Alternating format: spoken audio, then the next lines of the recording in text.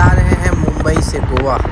रात में हम मुंबई से निकल गए थे और आधे रास्ते में रुके हुए थे और जैसे ही सवेरे हुआ है तो हम निकल गए हैं गोवा के लिए। और गोवा और मुंबई के बीच में शानदार रास्ता, ज़बरदस्त प्राकृतिक नज़ारा, पहाड़ों, घाटियों और कोहरों से घिरा हुआ रास्ता है। बहुत ही बढ़िया सा रास्ता है ये। पहले ऐसा रास्ता नहीं हुआ करता था। घाटी, पहाड़ी, ऊपर नीचे बहुत घुमावदार रहता था, जिसमें कम से कम 18 से 20 घंटे लगते थे आपको मुंबई से गोवा जाने में। लगभग 600 किलोमीटर का यह सफ़र, और हम रात में लगभग 100 किलोमीटर मुंबई से बाहर आकर सुबेरे अपना सफ़र शुरू किए हैं गोवा का। क्योंकि रात में इधर आना ठीक नहीं था, क्योंकि रास्ता थोड़ा भी बन रहा है, इसलिए इस रास्ते पर हमारी तीसरी यात्रा है। इस रास्ते पर आपको कई वाटरफॉल दिखेंगे, बादलों से घिरा हुआ रास्ता रहेगा पूरा। आपको बता दें कि ये मुंबई से गोवा हाईवे कोंकण में 66 पर्यटन स्थलों को जोड़ता है, लिहाजा इससे विकास को बहुत बढ़ावा मिलेगा। गौरतलब है कि इस सड़क का निर्माण बहुत पहले से शुरू हो गया था, लेकिन कुछ कारणों से अभी तक कहीं पर काम बाकी है। इस हाईवे के जरिए मुंबई से गोवा का सफ़र तय करने में लगभग 18 से 20 घंटे का जो समय लगता है, उसमें 6 घंटे कम हो जाएंगे। आप देख रहे हैं कितना ज़बरदस्त नज़ारा है। दरअसल मुंबई गोवा राजमार्ग को 4 लेन तक चौड़ा करने का काम 1 दशक से चल रहा है। 471 किलोमीटर की यह परियोजना पर काम शुरू हो गया था। यह एक्सप्रेसवे पनवेल से शुरू होगा और मानगांव, पेन, पोदलपुर, महाड़, चिपलून, खेड़, लांजा, रत्नागिरी, संगमेश्वर, सांतावाड़ी, कुलाड़, कंकड़वाड़ी, राजापुर, पणजी, कैनोकोना और मडगांव से होकर गुजरेगा। इस मुंबई से गोवा वाले रास्ते में पूरे रास्ते भर धान के खेतों, नारियल और अखरोट के बागानों के साथ यह वास्तव में एक आनंददायक प्राकृतिक यात्रा है। आप समुद्र तट के किनारे में रुक भी सकते हैं और लंबे और घुमावदार रास्ते वाला यह मार्ग है। हालांकि अपनी प्राकृतिक सुंदरता में लुभावनी उन लोगों के लिए सबसे अच्छी है। यह पनवेल के बाद आप ड्राइव NH 17 तक पहुंचती है। इसके बाद इसका नाम बदलकर NH 66 कर दिया गया है। चूँकि यह व्यावसायिक रूप से महत्वपूर्ण मार्ग है, इस सड़क पर कई होटल, रेस्टोरेंट, मरम्मत की दुकानें और पेट्रोल पंप है। पशु पक्षी भी बहुत दिखाई मिलते हैं यहाँ पर। इस मार्ग में यात्रियों के लिए एक लोकप्रिय पड़ाव चिपलून है, जो कि पनवेल से 200 किलोमीटर की दूरी पर है। यह स्थान अपने झरनों, परशुराम के मंदिर, कोकम और प्रसिद्ध रत्नागिरी के आमों के लिए प्रसिद्ध है। उसके बाद आप NH 66 आपको सिंधु दुर्ग की ओर ले जाता है, जिसे हिरोजी इलंदरकर ने बनाया था। उसके बाद आप सांतावाड़ी पहुंचेंगे। घाटों के किनारे ड्राइव करने के बाद यात्री आप तक अपने आगे गोवा तक पहुंच सकते हैं इस रास्ते से।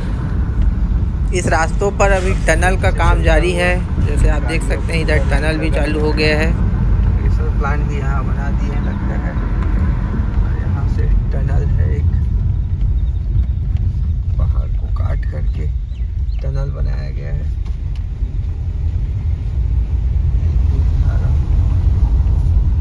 वाटरफॉल,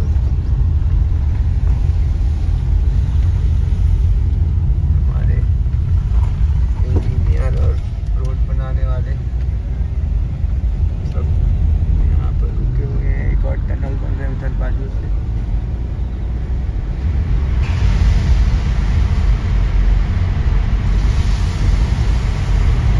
पहाड़ को काट करके बनाया गया है, देख सकते हैं पहाड़। गजब का आर्ट यहाँ पर हमारे भारतीय इंजीनियरों के द्वारा।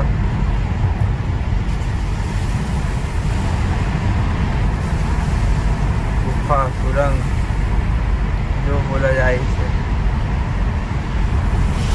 ऊपर पहाड़,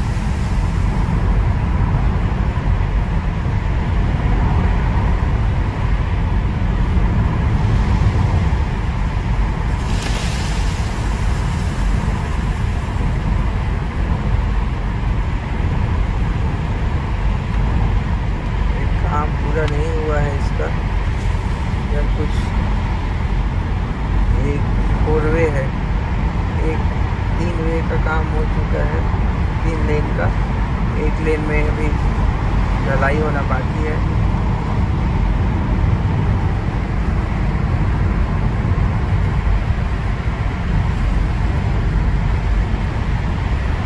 काफी लंबा सुरंग है,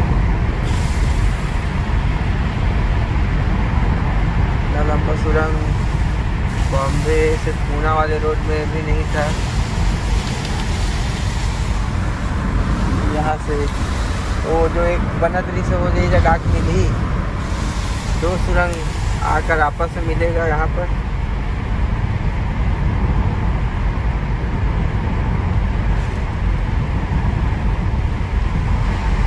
लगभग 2 किलोमीटर के आसपास है, ऐसा लग रहा है।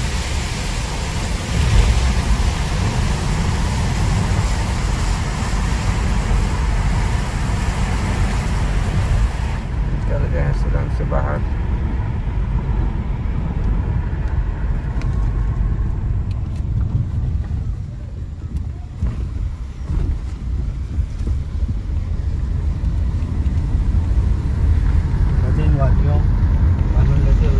वादियों में देख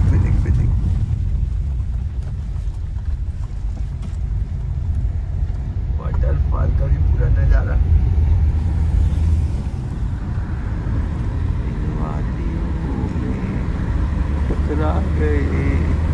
अगर आप सुबह सुबह पनवेल से निकलेंगे गोवा के लिए तो आपको ऐसा पूरा धुआं फॉग ही फॉग दिखेगा इस रोड पर, क्योंकि पूरा रोड घाट पहाड़ों से घिरा हुआ है।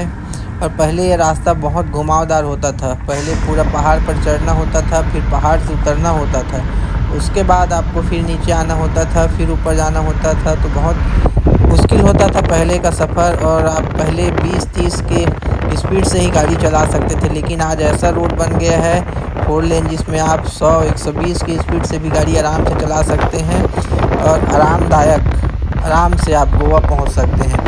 पहले हम एक बार आए थे 2012 में, तो बहुत परेशानी हुआ था इस रास्ते पर, कार से ही आए थे तो। लेकिन अभी बहुत ही शानदार आरामदायक सफ़र हो गया है।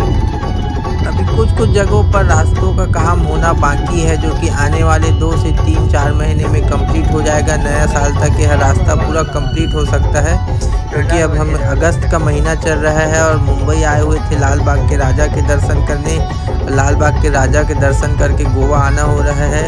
अभी गणेश उत्सव पक्ष चल रहा है और नया साल में भी 3-4 महीनों का समय है, तो आराम से नया साल तक ये रास्ता कंप्लीट हो सकता है।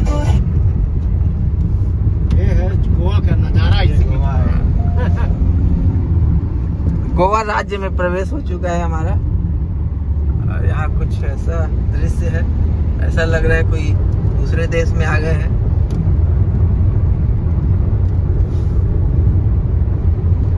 वियतनाम, इंडोनेशिया, मलेशिया, इस तरह के देश में ऐसा ही नारियल के पेड़ों का नज़ारा होता है।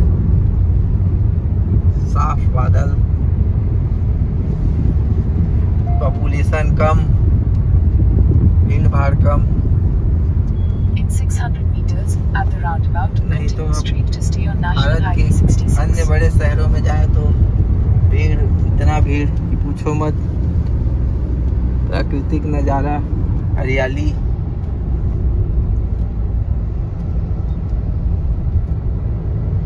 गोवा की राजधानी पणजी। यहाँ एक जगह है, यहाँ का railway station Vasco D gamma. विदेशी लोगों का आना जाना यहाँ ज़्यादा रहता है। बीच बने हुए हैं समुद्र तट पर।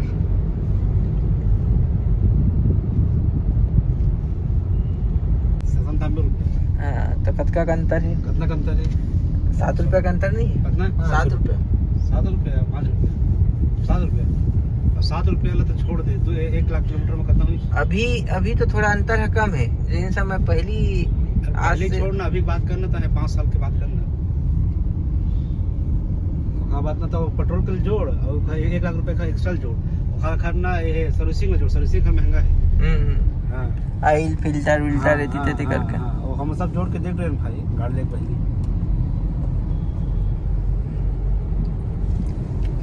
डीजल इंजन 5-10 साल बाद तो पता होती, पेट्रोल इंजन 10 साल बाद नहीं पता होगा, गाड़ी एकदम खड़ा नहीं होगा 10 साल बाद, वो इंजन ऐसे नहीं थी।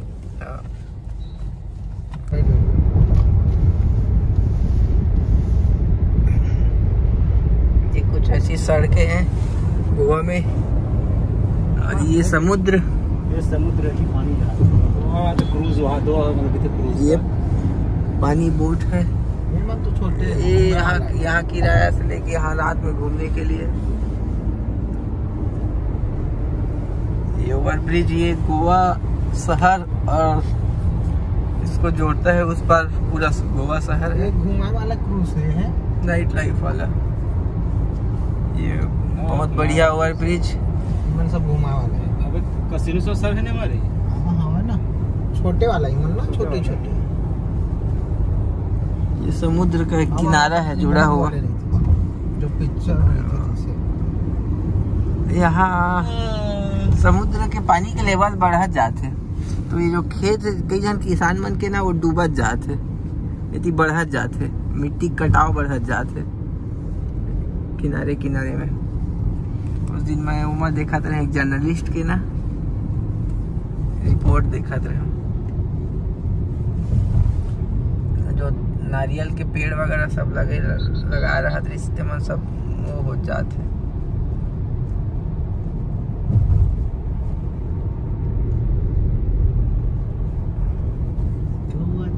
बीच में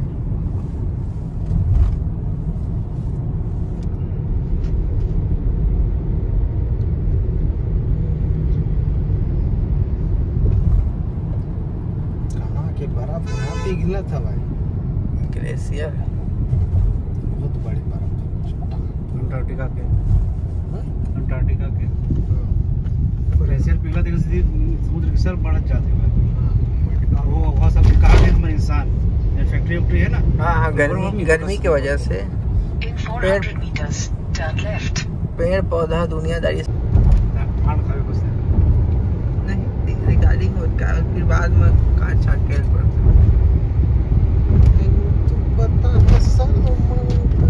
देखना ओला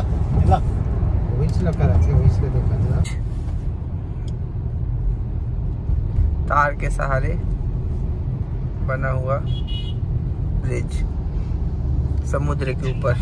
ये बाजू में समुद्र, कौन से महासागर है अनु? कल का कुछ नाम बताया था ना, हिंद महासागर, प्रशांत महासागर का सागर, चल सर्च मारो। ये महासागर हो ये इसमें आ रहा है अक्षय कुमार।